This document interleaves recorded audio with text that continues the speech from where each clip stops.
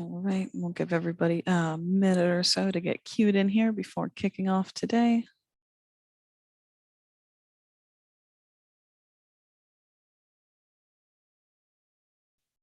All right, so good morning, good evening, and good afternoon, depending on where you're tuning in from, to today's Decisions Lunch and Learn. My name is Morgan Russell. Pronouns are they, them, and I'm from the Solutions Engineering team, and I've been with Decisions for 1.5 years now, a little bit over that. And excited to go through any questions, work through any problems we've got today. Again, we wanted to highlight that we do have our Decisions Days coming up in October.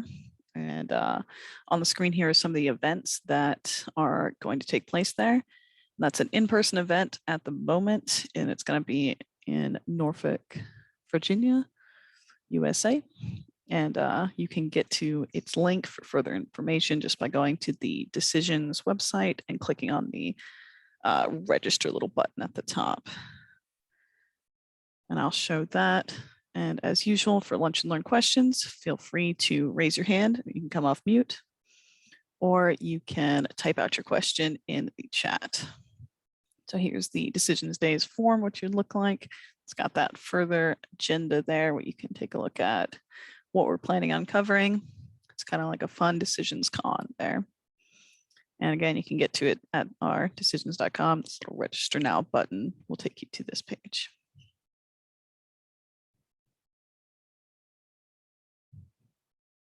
All right, we've got a question from Scott. How do we create a report from saved database query? Can't figure out how to get saved query as a source for report. It's a good question.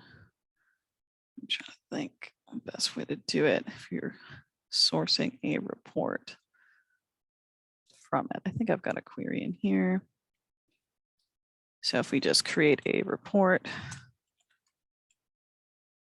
think you would be able to do it, like have it in your flow-based report and then put your query as a step in that flow and have it output there, I believe is how you would do that. But let's take a look together. So to name our report. Oh, it's not happy about it. I'll try to make another one. Oh, well, let's see if my local is upset, it looks like. So I'm gonna navigate off of it.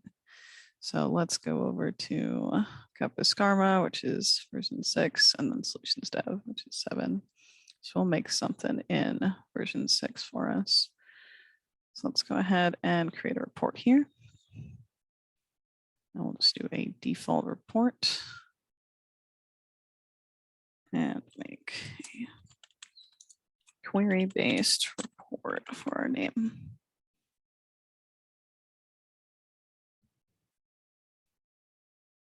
All right, so in your data source, I believe we should have some queries here. Let's see if I can search it off the bat. So you have your database query, Salesforce query. When you search your data sources here, does your query not populate as an option? I didn't see the name of the query, but I didn't look in database query either. Should I see the actual name of the query? So I'm gonna save this and then see and check its dependencies and see what the actual that Salesforce query looks like and where that is. So here's our Salesforce query. I'm just gonna manage. The question is the question in the chat. I can't see it. It is in the chat. Okay, can someone post it again? Because I think I came in late, and so I don't see it. I can reread it. It's oh, there it goes. Thanks, Sabrina.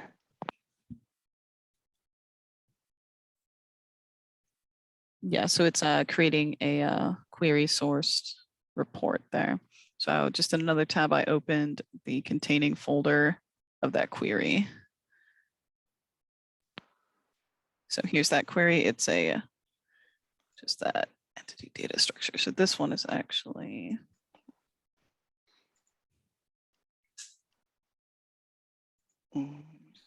that whole structure there that was saved from the query that's sourcing that. So maybe not what we're looking for. Yeah, there's 2 ways I know how to do this. So one is Morgan, delete that source and click add and type in raw. I don't know why it's called raw, and then search for that. And then you can say raw data source. And I believe right there to the right, you can see, Scott, you have a SQL query that you can just type. So you can pick your current connection if that's your current connection, or if you're doing an external connection, you can type in the query for that specific connection as well. So that's one way you can use a query to get a report source. The other way, if you can close out of this, Morgan, Close the report. I'm sorry? Close the report. Yes. Mhm. The other way you can do it is if you go into, see if I can move, click on create data types and integration, Morgan. Is when you go to, I think it's database integration, click on database integration, you can add your own query. And so, yeah, if you want to add a query, go ahead and do that step. And pick the local connection, that'll be fine. And then here, Morgan can create a query that just, you get something from the database, and then you can use that as your reporting data source for that report. So if you can do, let me type in the query in the chat for you if you want to test this out. So it's select asterisk entity underscore account. Or wait, select asterisk from entity underscore account. So this helps if you know how decisions is formulated from the backend. So what the query that I gave Morgan, all it does is just say, hey, I want you to get everything from the accounts table. And so it's going to be the essentially going to the accounts folder in decisions. Whenever you name it, it can't have any spaces. So you have to use underscores or just concatenate the text. Click OK. Oh, sorry, I just ran the query again. That's fine. Yeah, so you can test it out by hitting the run query. And if you have any issues with it here, you can also write your query here first in the query editor, potentially on another instance of another tab of decisions to make sure you're getting the right table, and test out the query there, and then paste it in your create query here as well. Yep. And then you click, yeah, go ahead. No, that's fine. Yeah, we'd been working on a question the other day. I'd asked about we'd pulled a query from decisions, and one of the things that Will had said is, then you can pull that and make it a report. And so I had been going crazy trying to get like turning one of the saved queries from the query editor into a report. And I think that you can't do that, but I think either of those two are kind of the next step. So you either create the data structure, or you can do it raw. Yep, that makes total sense. Mm-hmm. Yeah. So that's our test query that we just created. Perfect. Yeah. So this way, if you have a whole tons of queries that you need to do and you need reports over that, then you can define them and report over them. So, yep. No, that's perfect. Awesome. Quick follow-up question, if you don't mind. Mm-hmm. One of the tables that we were referencing was a way to find which project elements were associated with, and I know Will had given us the link and the table that had contained the project name information, and I've been looking for it since that day, and I can't find it again. Wonder if you know where that is. Is it? I know they're called modules in the actual data structure for it, like projects when it's tying something together. I want to say it's module resources. I'm trying to, I'm in the wrong database. That's why I can't find it. So it's got your type, your module name. Yeah, so this is a project, decisions.core, and these are different projects here. So got it. This okay. Module underscore resource. Okay. Yep, there you go. Perfect. Thank you. Yeah, no problem. All right. So Janice has a question here. If you have a form to disable a user with the following fields, first name, last name, enable, disable, how would you prevent the current user from being able to submit the form themselves? So depending on how that form is being kicked off, you could either not allow them to, initiate the action to see the form in general to start off, but you can also hide the buttons. So like the submit button, you could put a visibility rule over to not allow them, if it is the current user, to check a certain field, disable, and being able to submit a form for themselves. So as long as you have a field somewhere that you have like the assigned user, let me make a quick form. I'll do a 7. Well, my local is being mad, so let's just use this form since already started up. So this form's got a data grid. I'm going to take a checkpoint just in case she needs it. Before Morgan. And we can put those fields that you have on there. Add some rows for us.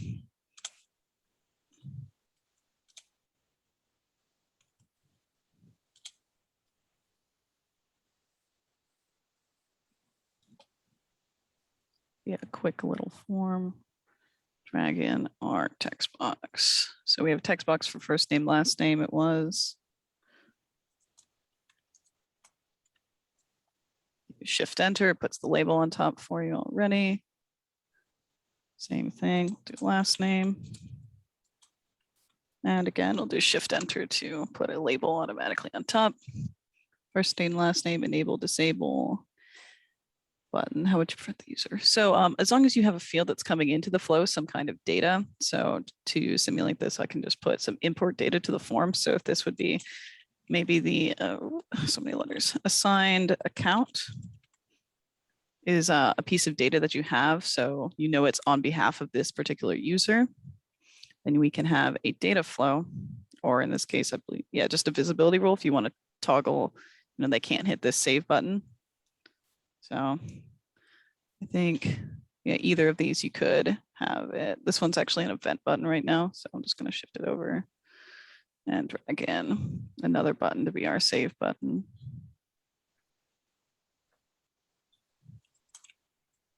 Like our save and close kind of deal. And so what we'll do is we'll have a visibility rule or a visibility rule in 6, since that's what you're in. You can use that to enable or disable, as well as hide and show. So for now, we'll just have this one change to, no, we're not using that one right now. And off the bat, I can just have this one not visible. Okay, and then with our save button, that's what we're going to have our visibility rule toggle its properties on. In 7, you can do this with an active form flow, but for 6, it would be a visibility rule. Actually, I guess it would have to be a data flow. Visibility rule would be, yeah, and then a custom rule. So used to 7 now. Okay, so this will be, our name would be hide / show save button, or this would be whatever your button you're using to save, whatever diction you want. And since it's going to need to be a custom rule, we'll create one. So say check if current user is the assigned user. All our typos for us. Let me just fix that.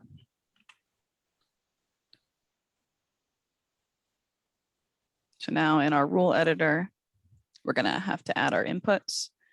So first input is going to be that assigned account. And as long as this assigned account is passing in, it's that assigned email. And then we'll also want an input for the current user. So I guess we already have that data, so we wouldn't need to add that one. Oop. I could type it again. And we'll close that. Now we can check to see that the assigned account, you can have is or equals there, is, and this, we can have it from flow data. So you can select this to select the current account from flow data. So we'll have the initiating user's email to check that. And it's very happy with us. So we get to map it again. So go back through. And again, that's the initiating user's email. You can also do it by account ID. But this is checking to see, okay, the assigned account data, if it's that. And since we want to make sure, clicking too fast. Depending on how we want it to show either true or false here. So we're saying if the assigned account is the initiating user, it's going to come out true. So if we want true to be the show, then we're going to have to toggle it, just depending. So that's how we know what's going to happen here. So if we have the assigned account is our initiating user, it's coming out true. And we can save and close here. So true is where we're going to want to either disable or hide something. So we just updated our rule, created our custom rule here, and now back on the form, we're going to update our input. So looking at this particular rule, what do we need for it? We need the assigned account. So this one is going to be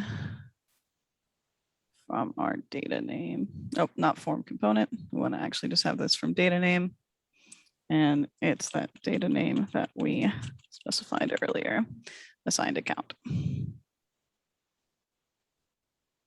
So now it's tied to our correct input. You can either, for this one, since you're trying to make sure they can't do it, I would have this run at startup.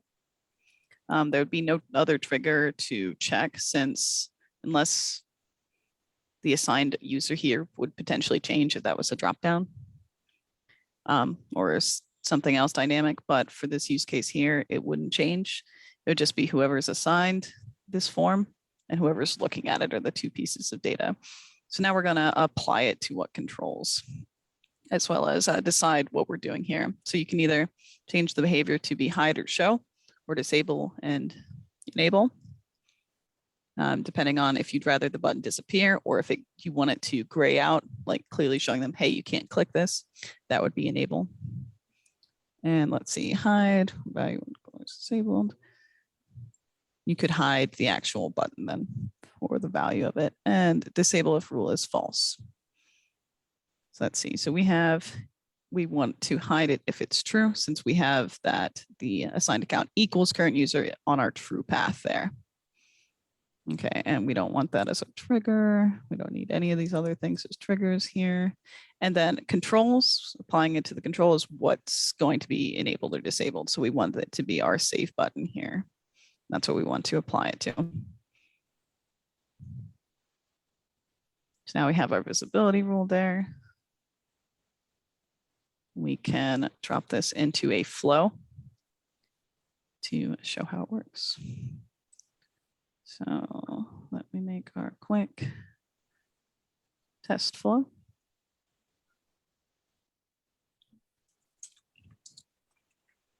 And again, this would, you would just use an active form flow if you did this in 7. You could also, use a legacy visibility rule as well in 7. So forgot what that form was called. So let's go back and look. It's data grid list update.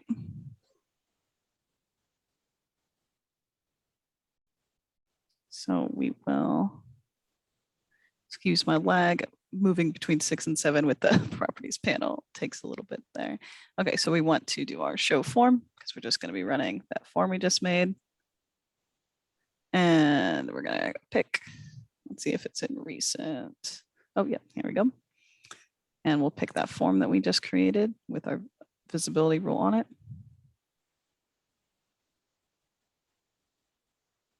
And so it's got inputs for us. Take a look, see if this is our correct form. Yep, okay.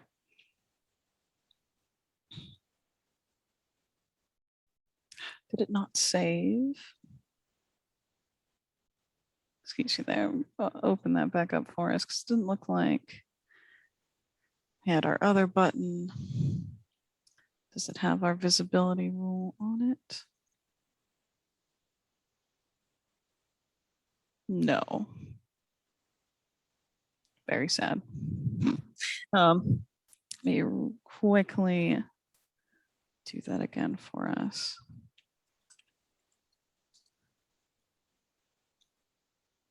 This is our save button. And let's re-add our visibility rule.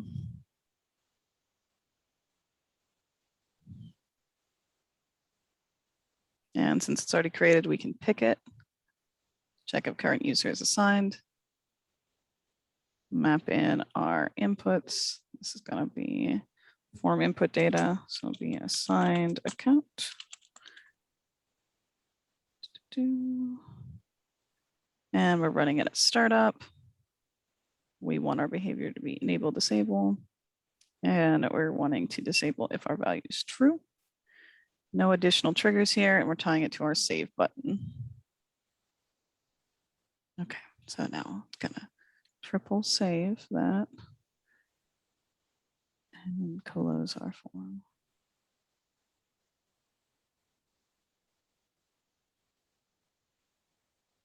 Okay.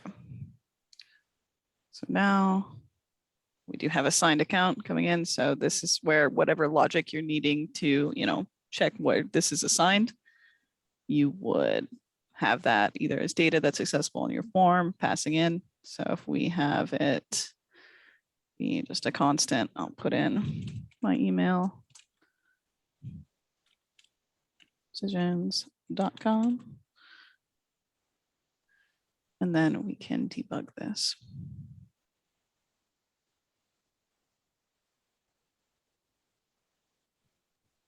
So let's see, we went through, it's not, so it came out false here with the capitalization.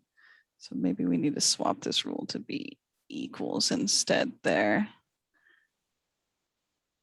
Since we're showing that it cared about the capitalization on what we had. So I'm gonna go back to our visibility rule and actually edit that rule. Swap this out to equals, and it would have been best practice here to actually debug this here versus so you can check the logic on the small scale of it. So if we have assigned account equals Morgan decisions.com. Okay, so now equals works there, so it doesn't care if that's upper or lowercase. So I'll simply close that.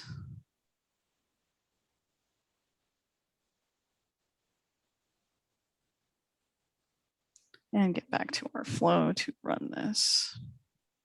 And we're going to debug it, kick it off. There's no inputs to the flow. Okay, now we see the button is disabled because we have that rule running to say, is the assigned account matching the current user or the initiating user who's running, who's looking at this particular form. So that's how I would handle that situation there. And if you wanted, depending on your use case, you could either hide it or just disable it. So I can't click this button now. No, I'm trying. Does that answer your question? Yes. No problem, no problem. Okay, let's take a look. We got a question from Alex. Database integrations. Great query, widget for parameters. So you pass parameters into a query. Yep, definitely. Let me navigate back. Did we actually create our query here?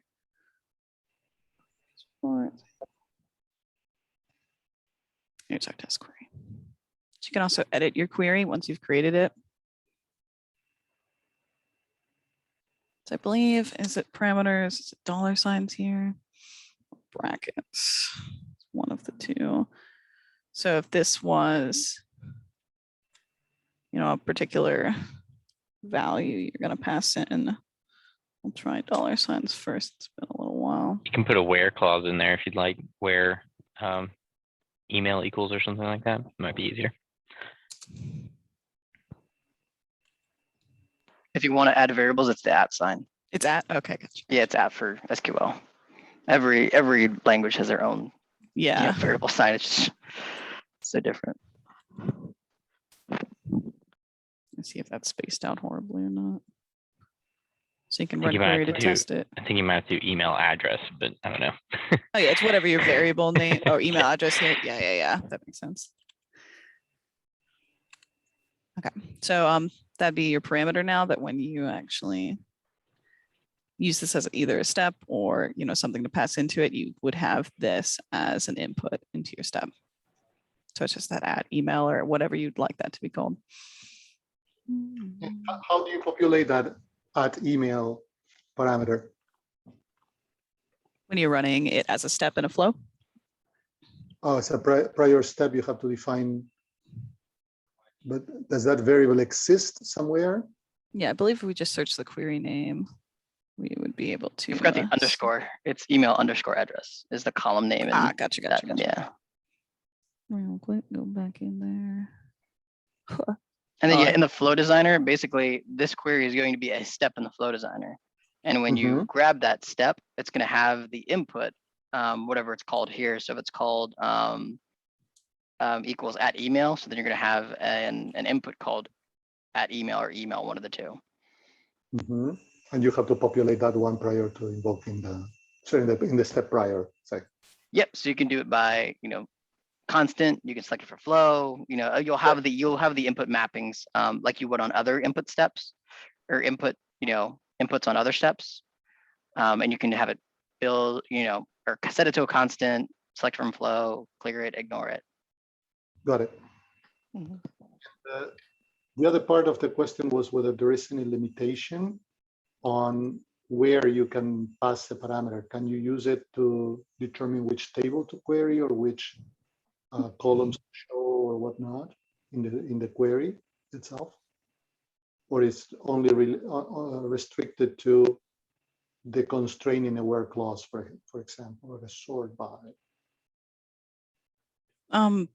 I have not tried to pass in a table name dynamically. Has anybody else done that in their query? If you did the at in the table section of your when you write your SQL query in decisions? I'm not sure. Why don't we try it right now and see what happens? Let's take a look. Close and save out of there. But that's our step. Adding a table name, you said? So yeah, so yeah. like doing select asterisk from and then DB or then from and then at table name. So I mean, I imagine you could. It just sounds dangerous. But yeah, that's my thought. If you wanted to do this, it just sounds a little dangerous. Down here, we'll be happy with it, so we not be able to save So I mean, it. because at the end of the day, table name is just a string. So I mean, you can have it input as a string. It'll just that's just kind of dangerous. It looks like we might not be able to save it with this here. You can just give it a default. You can just give it a you're saying put something that no, go into the parameters and hit the pen. And then hit the pencil. Oh and yeah, give it something. Parameter. Yeah, and give it something Gotcha. default. Yeah. So that it can be happy. Yeah, there it is. Yep. And it's going to ask for something with the email address as well. So you're going to have to give it, I don't know, you can give it your email address. Cool.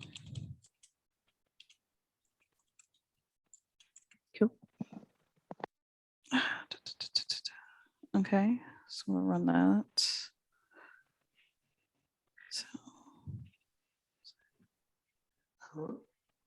So I'm not sure if it'll still run with it. Like I think you're doing, oh yeah, well, What was we'd it? have to do some kind of finagling with it. I'm not sure if select star would work, but maybe put email address in there as well.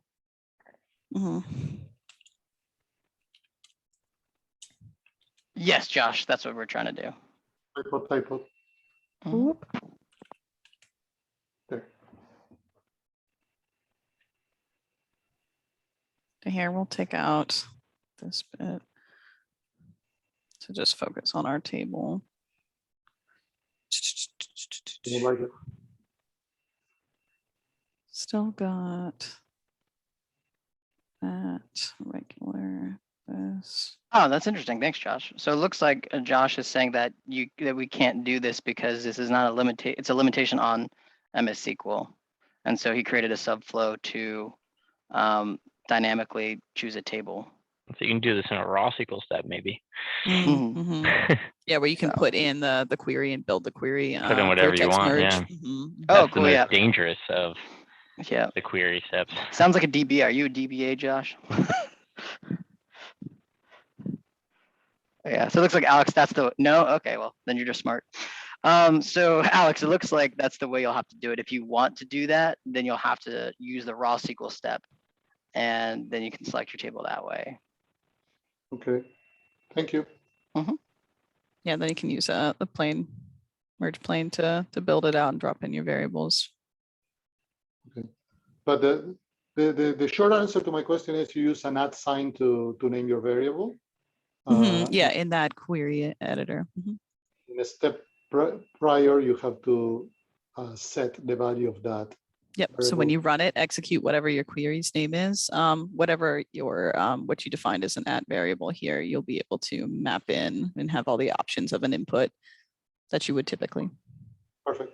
Thank That's you. cool, Josh. Hey, Josh, do you mind if we take you off mute and you just talk about how you use that? Because that sounds really interesting. You said you've had it set up to go between different environments.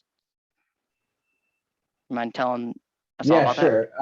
Yeah, so like I believe I've actually spoken, at length with the decision support team about this. Like all of our in our company, all of our environments are at different like endpoints and everything like that. So there's really like no good way to like write a query that works with the schema name changes as you progress through the environments. Like we'll have like, dev will be schema 1 and QA will be schema 2. So if you're going to write a query that needs to choose a schema as part of the query, right, to have that, you can't really like, lock that in as part of the, variables in the query, as far as I've been able to research and ask my other DB friends about this. So what I did is I set up a subflow that has two parts to it. It has the opening clause, which is basically everything up until the schema being chosen. And then, so like select, first name, last name, email address from, patient, and then from space, and then I'll have a truth table kick in to know what environment we're in. And then I'll have a second part of the flow that puts in the ending clause. So it'll be, dot table name, where everything else I need in there. And I have constants set up for each environment, so I can just move it quickly through each environment and just pull the right environment. If you have the truth table, choose the right connection and schema via the truth table in that subflow, and then execute that way. That's how I've set up. So I just basically I just create the string, I pop it into a raw SQL statement after it's been all constructed, and then I send the results. Cool. Oh, thanks for sharing. Yeah, that's awesome. That's something that we were talking about yesterday, I believe.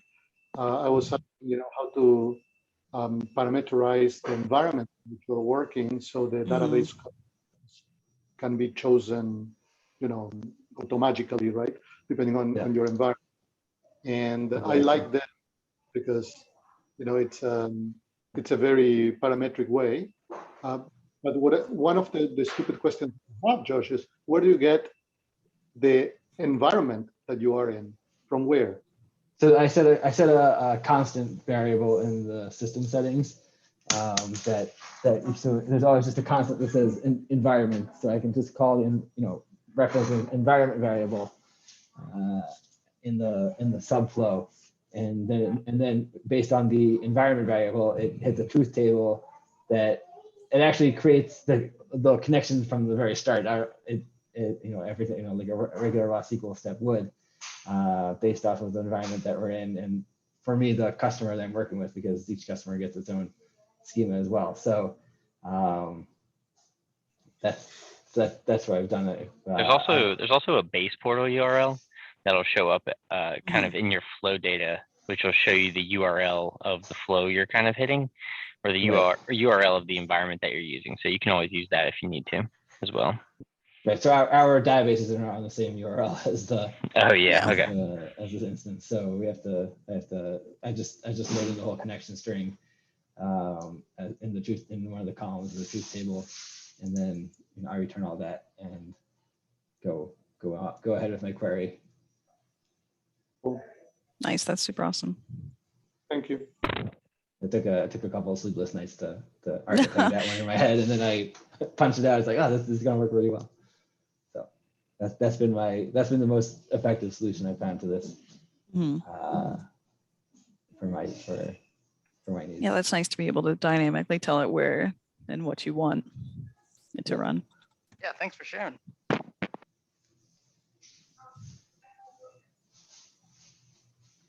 All right. Anybody have any other questions? Feel free to drop them in the chat as well as raise your hand. Let's see, did we answer your second question already there, Alex? Okay, yeah, that was what we just tested. Okay, cool.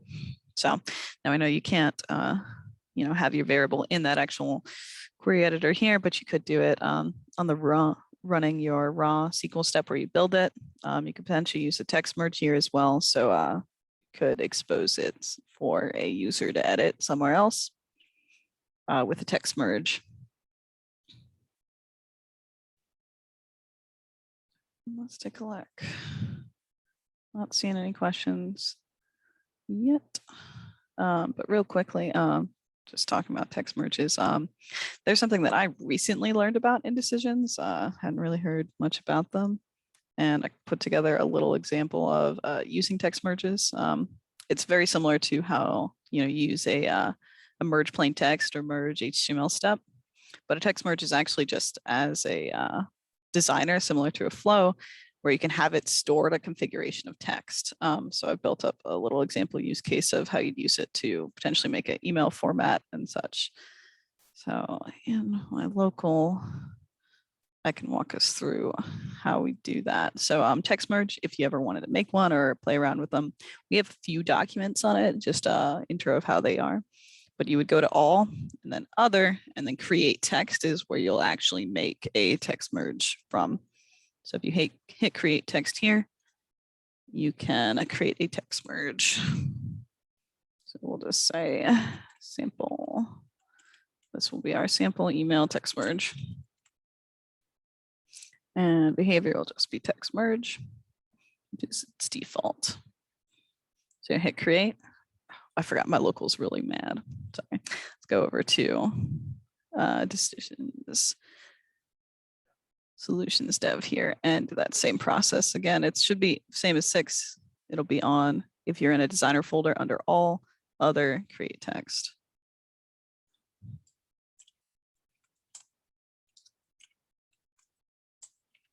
These text merges are really good for bringing kind of the text that you're using in your flows, just bringing them to the surface.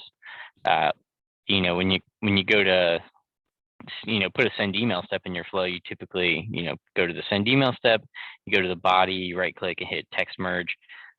If you were to create a text merge and use that, you would be essentially bringing that to the surface. So you don't have to go into the flow designer to edit the body of your email in this example. It just, it's gonna work for your good. So. Absolutely. Sorry, I got logged out of my environment for a sec there. So let me get back to where we were. I think it's in my sandbox. Let's learn. There we go. Our sample text merge. Okay, so this is how the editor looks off the default here. So it's where you would, if this was an email here, format it up as kind of a sample. And what you can do here, there's icons just off the bat that you can add in, but you'll want to actually add your data that you want your text merge or your user to be able to manipulate. So for this example, you would have like the user's name as well as a status here. Just thinking about on a loan process, what state your loan is in and whoever you're sending it to, their first name. So now with those inputs on the side here, just like you do in a regular merge plain text or merge editor, you can hit the little plus wherever you're at and add those variables in. So now we can build our email. Oops, sorry, triple clicked there. Put our comma behind it and put our status here. Go. And we can save that. So now anytime we wanted to run this and pass it into the body of an email, we can use a text merge step, and then it would actually give us the inputs that we have set up. So let's just call this run, or this will be send email example. So just like how a flow or a rule have the create or pick step, text merges do as well. So if you find the create or pick text merge, you can specify which one you're looking at up at the top here. And you can also do it by runtime selection, just like a flow. So we'll pick existing since we know we're just running our one specified one. And now that we've picked it, it provides us the inputs that are on that text merge. So we can just set these however you'd like, either source from a flow through table, checking the case entities state, wherever you'd like it to be sourced from. And then in this example, if we're sending it as an email,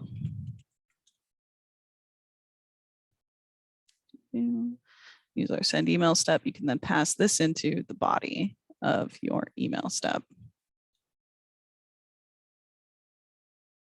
So the output here of your text, that resulting text merge, I'm just going to call it body of our email. And now we can map in it from flow there, what we have set up. Right now, since it's constant, if we were to debug this, it'll show you how it formats it there. We didn't put in any of the other inputs, so it's a little upset. But it puts it all in that HTML so that the dir will be spaced correctly up at the top, followed by, that name that we passed in. So here's the date for it, and the actual value there that we passed in is going to display. If we were to fill this all in, we can actually send that sample email. But briefly, let's see, any other questions pop in while I was going? Don't think so. Can show how you would use this on a form to allow the user to edit this text merge without actually going into the designer itself. So if I create a form, this will be a compact merge editor. And that's the component that we're going to be looking at. So the compact merge editor allows the user to manipulate data just like they would on a merge plain text step, like if you were in the flow. So if you search merge in your form, let's quickly throw on a button. If you search merge, you can get the two options. One just doesn't have the pencil.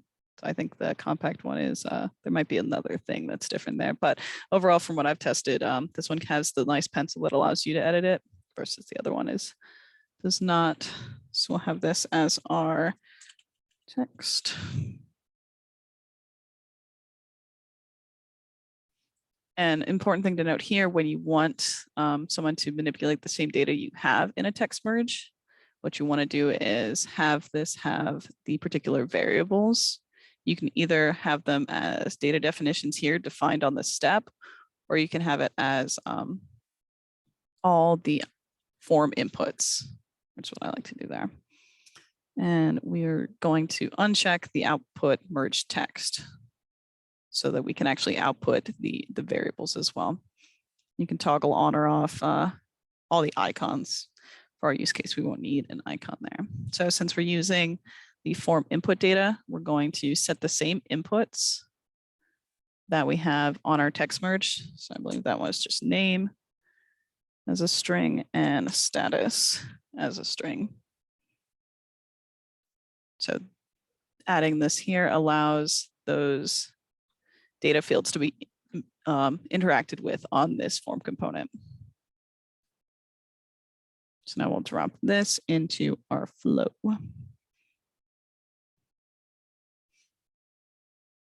Real quick, I'll rename this from here. So our send email example. And from our toolbox, let me grab our show form step. And pick our form since we've already created it, existing editor example form. So here on our form, we've got the inputs that we set up.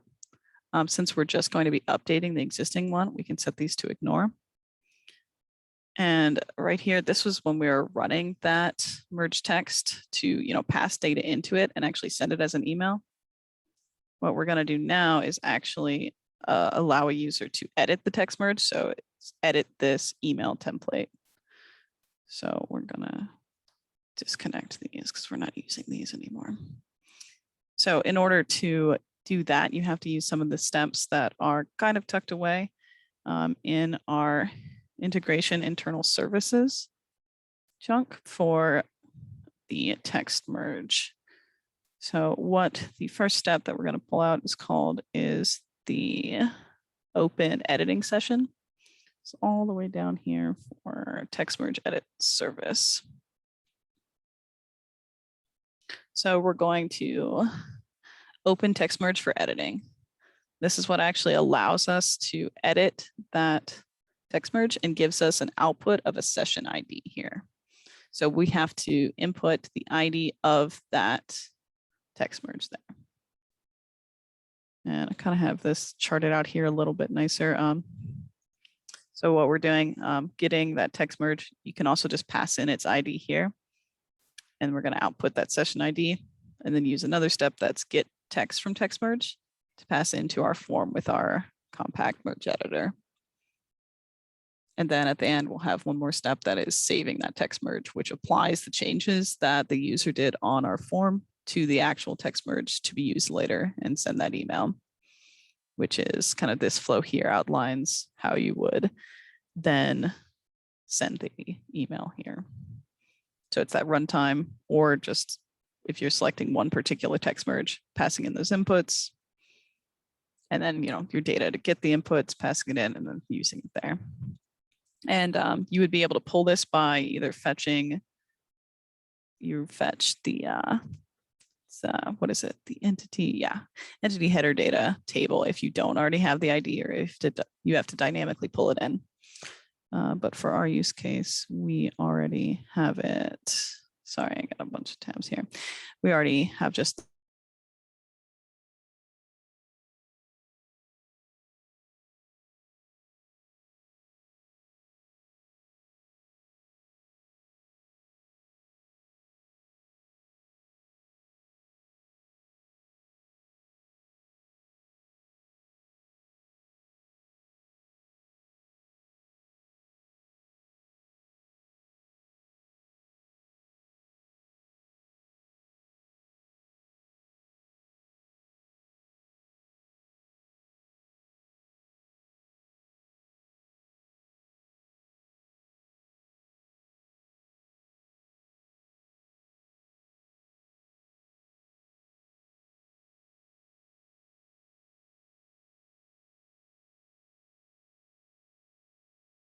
I think there might have been some Wi-Fi connection issues there. Let me share my screen again. Were y'all able to hear me the last little bit?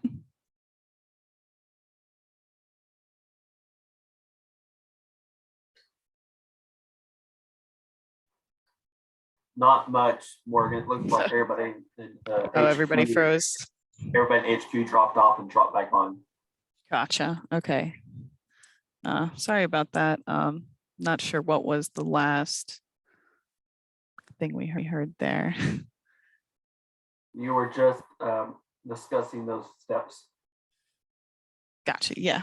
I'm just going to snag our ID from this text merge that we created, since we're going to use it to open the session ID in our flow here. So right now we're making this flow so that a user could run it to update this template. That could be used anywhere later on to send an email. So when you do the open text merge for editing, you have to provide it the ID of the text merge that you're going to be editing. And the output of this, even though it's not necessarily labeled that, is called the session ID. I've got a doc ticket in here so that we can get an article that describes using these steps a little bit more, since they are very useful. So that open text merge for editing outputs your session ID. So back in those integration tree, internal services, scroll all the way down to text merge edit service is where these steps are that interact with our text merge. And now we're going to actually get text from merge. So this one is going to do is go into, using that session ID that we opened up, give us the text as it currently is from that text merge. So drop in our session ID. That's the output of this open text merge for editing. And now that text that we just got from our text merge, we're going to pass on into our merge compact editor there, or compact merge editor. So that's what the user will be able to interact with. And then after they interact with it, the output, I'm just going to rename the output to be updated text so we know the difference. We're going to use a save text merge step to apply those changes to our text merge. So again, with this one, you use that session ID. That's the output of your open text merge for editing. And now the text that we're going to come in is, this is the text that will be applied and saved to your text merge. It's going to be our updated text that is coming out of the form. So now that we've got that all running, we can debug this here. I'll show you what I'm talking about. So here, this is how the compact text merge component shows up. It gives you a preview of what the data is and allows you then to hit the pencil and then actually write more. So you can write more text here and then move and interact with the data inputs. So if we save that, we hit our save button, we go through and then it updates our text merge. So now if we run it again, that went through and grabbed that same text merge to show us again on this form, we can now see that it's updated with those data. And we can remove it entirely, back it up, change whatever we wanted to do, and format your email here essentially is what you'd want to do in this example use case. And then when you actually want to run it, you would use that text merge step, specifying your particular text merge, or you can do a runtime selection, pulling in the text merge's ID.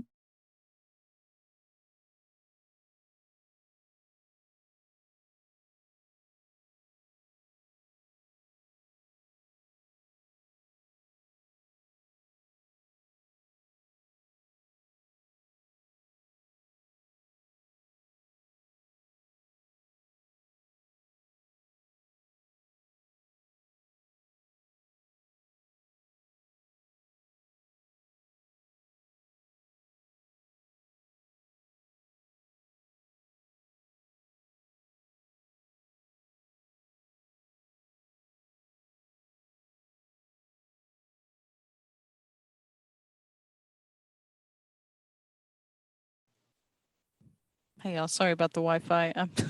I'm just going so quick, so I don't know where that cut off again.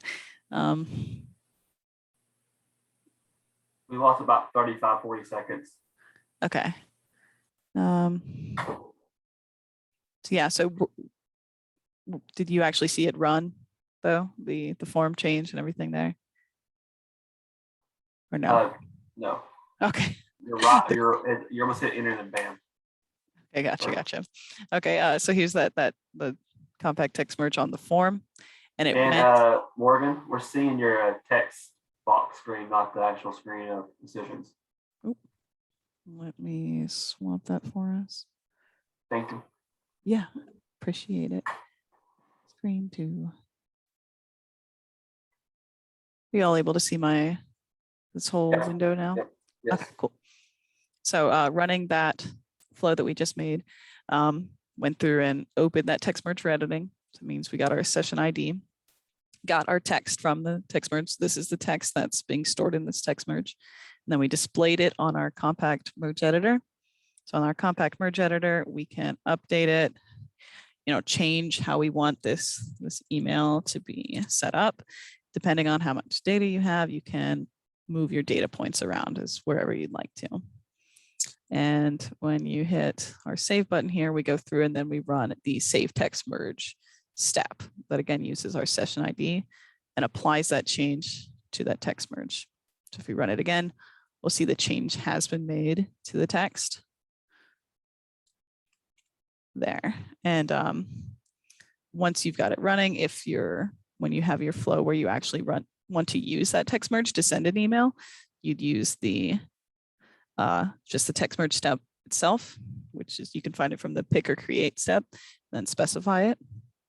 And once you've specified which text merge you're looking at, you can pass in the data that you want to actually send. So you can have your logic carry out beforehand before passing this out as the result, which will be now if you're using it as the body of your email or the subject of your email, and then map that in directly to your email to get a dynamic view. So allow your users to update it as well as dynamically pass data through it.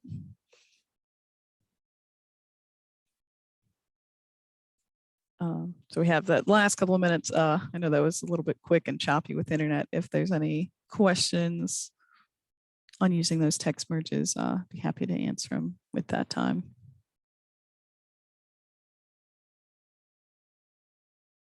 If we look here actually at the text merge itself, you can see that the changes have been applied here, which is where we pull the data from there.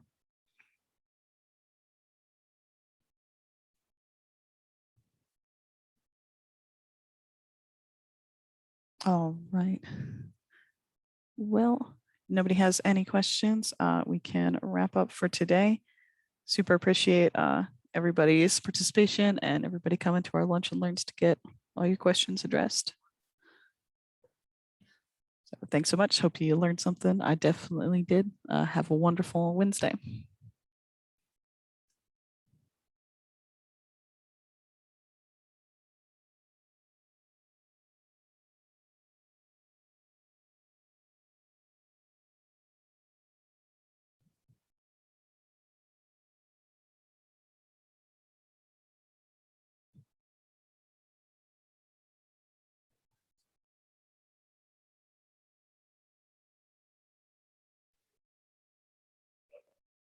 Hey, Morgan, I think you have to hit end because it took me off as host. Oh, sorry about that. There we go. Yeah, no worries.